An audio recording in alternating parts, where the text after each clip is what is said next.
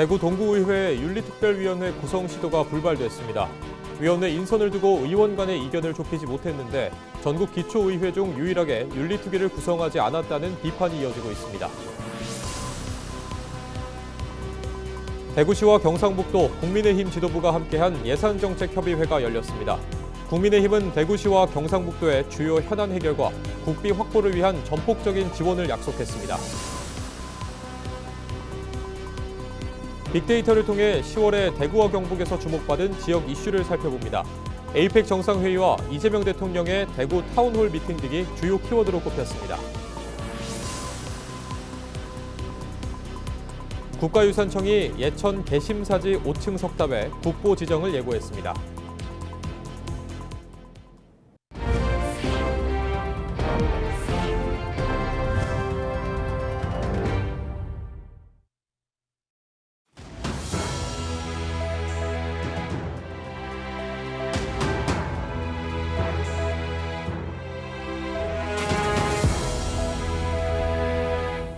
시청자 여러분 안녕하십니까? 헬로티비 뉴스입니다. 대구 동구의회가 전국 지방의회 중 유일하게 윤리특별위원회를 구성하지 못하면서 자정기력을 상실했다는 비판이 계속되고 있습니다. 위원회 구성을 시도했지만 결국 위원 인선을 두고 의원 간 이견을 좁히지 못해 불발되는데요. 안건을 발의했던 안평훈 의원은 윤리 문제 유발자가 위원이 될 수 없다며 강하게 반발하고 있습니다. 신병균 기자가 취재했습니다. 대구 동구의회는 지난달 22일 열린 제347회 임시회 제2차 본회의에서 윤리특별위원회 구성 결의안을 상정했지만 안건을 발의했던 의원이 돌연 철회를 선언하면서 논의조차 이루어지지 못했습니다. 당초 윤리특위는 상임위원회 추천 3명과 의장 추천 2명, 모두 5명으로 구성될 예정이었습니다. 문제는 의장 직권으로 추천된 2명의 위원 인선이었습니다. 결의안을 대표 발의한 안평훈 의원은 의장이 추천한 2 의원이 윤리특위 위원으로 부적절하다고 강하게 반발하고 있습니다. 제가 먼저 윤리위원회를 만들려고 했는 그 계기가 된 사람을 추천이 돼서 들어왔고요. 그리고 제가 윤리위원회를 구성을 하면서 모든 의원님들한테 제가 동의를 구했습니다. 근데 그때 당시에 구성에 있어가지고 반대한 의원이 들어왔기 때문에 이에 대해 정인숙 동구의장은 윤리특위 설치 의무를 알고 경험과 연륜 있는 재선 의원 2명을 추천한 것이라며 위원 구성에는 문제가 없다는 입장을 밝혔습니다. 동구의회는 지방자치법상 설치 의무가 있는 윤리특위를 대구에서 유일하게 구성하지 못하고 있습니다. 지금 동구회가 윤리특위를 이때까지 없이 왔다는 자체가 문제인데요. 그 적절치 못한 사람을 지금 의장이 추천한 거잖아요. 의장이 추천을 했지만 사실은 이건 윤리특위를 무력화시키는 안에 불과합니다. 윤리특위를 실제로 만들겠다고 하면서도 사실 기능하지 못하게 하는 거거든요. 의장이 자초한 것이고 의장이 빨리 이 추천안을 이제 철회해야 된다. 윤리특별위원회 구성은 단순한 행정 절차가 아닌 의회의 신뢰와 책임감을 보여주는 문제입니다. 동구의회가 윤리특위 구성을 둘러싼 내부 갈등을 해소하고 본연의 자정 기능을 회복할 수 있을지 주목됩니다. 헬로티비 뉴스 신병균입니다.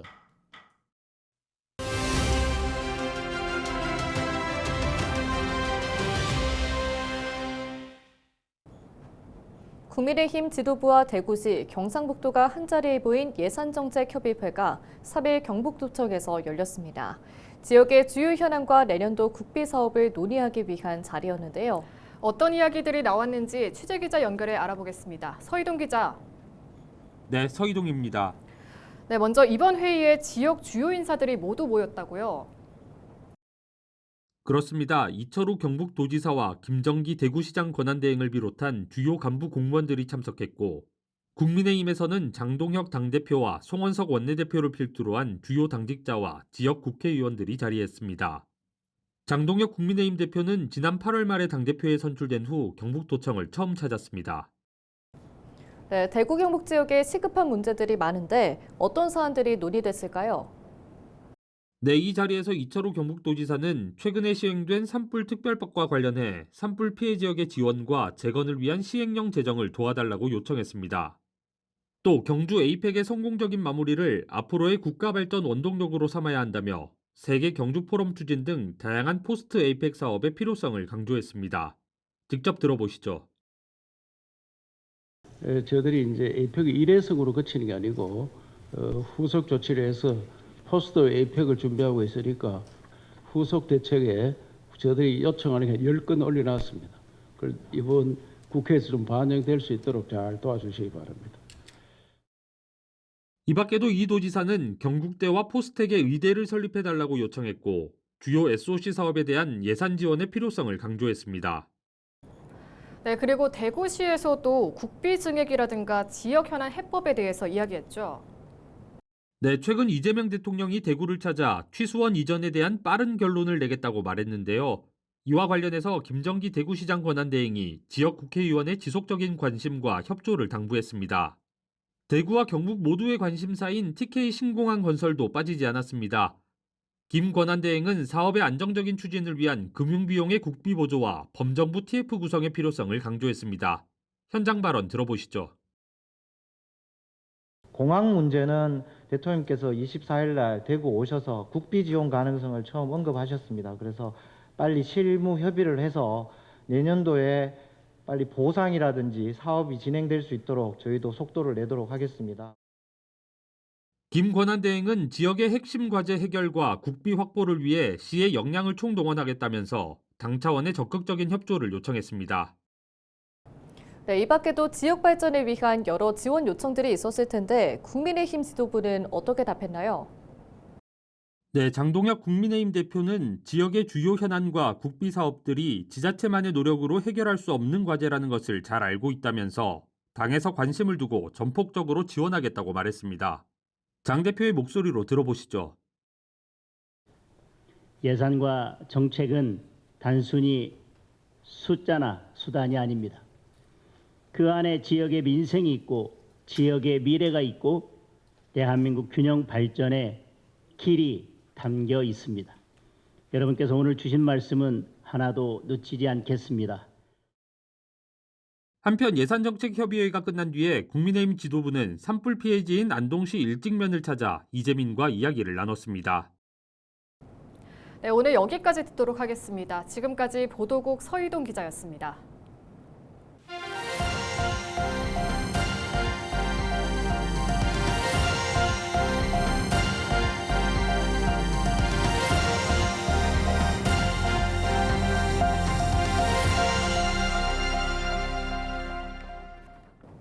빅데이터를 통해 10월 대구 경북에서 주목받은 지역 이슈들을 살펴보겠습니다. 에이펙 정상회의와 이재명 대통령의 타운홀 미팅 등 중요한 이슈들이 많았던 한 달이었는데 어떤 키워드들이 주목받았을까요? 홍하연 기자가 정리했습니다.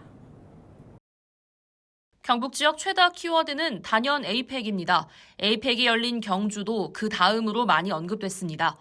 지난달 31일부터 2일까지 진행된 아시아태평양 경제협력체 에이펙 정상회의가 성공적으로 마무리됐다는 평가가 나오고 있습니다. 경주시는 시민들의 자발적인 참여와 성숙한 시민의식이 성공의 원동력이었다며 지역경제 활성화와 관광진흥, 외국인 투자 유치 등으로 도시 브랜드 가치를 이어가겠다는 뜻을 밝혔습니다. 오는 5일부터 9일까지 닷새 동안은 경주 화백 컨벤션 센터 3층 정상회의장이 공개됩니다.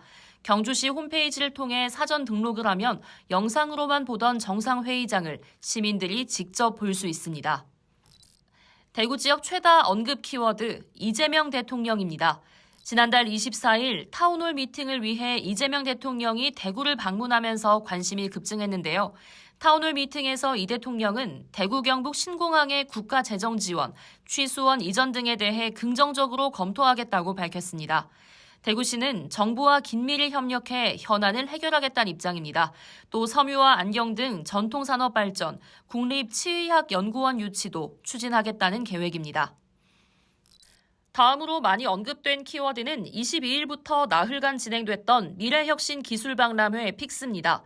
픽스 2025에서는 모빌리티와 로봇을 비롯해 최신 정보통신 기술을 볼 수 있는가 하면 컨퍼런스, 신기술 발표회, 수출 구매 상담회 등 비즈니스 프로그램도 진행됐습니다.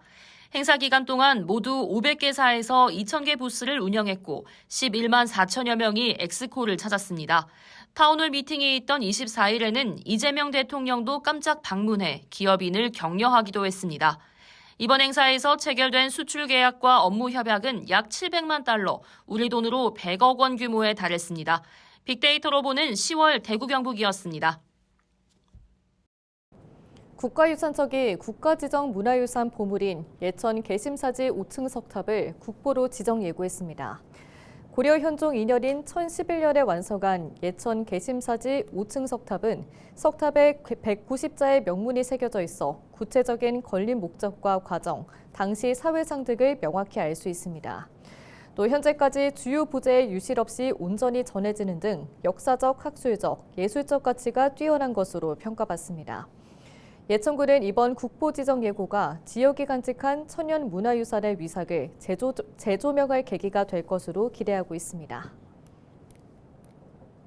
경산시와 의성군이 여성 친화 도시로 지정됐습니다. 경상북도는 성평등 가족부가 주관한 2025년 여성 친화 도시 지정 심사에서 경산시와 의성군이 추가로 지정됐다고 밝혔습니다. 양 지자체는 지역 특성을 반영한 여성 안전 환경 조성과 돌봄 인프라 확충, 여성의 사회 참여 확대 계획 등이 높은 평가를 받았습니다. 여성 친화 도시는 여성의 역량 강화와 지역사회의 성평등 문화 확산을 목표로 하는 도시로 매년 심사를 통해 지정합니다. 농식품부의 과실 전문 생산단지 기반 조성 공모 사업에 전국 13개 지구 중 경상북도의 12개 지구가 최종 선정됐습니다.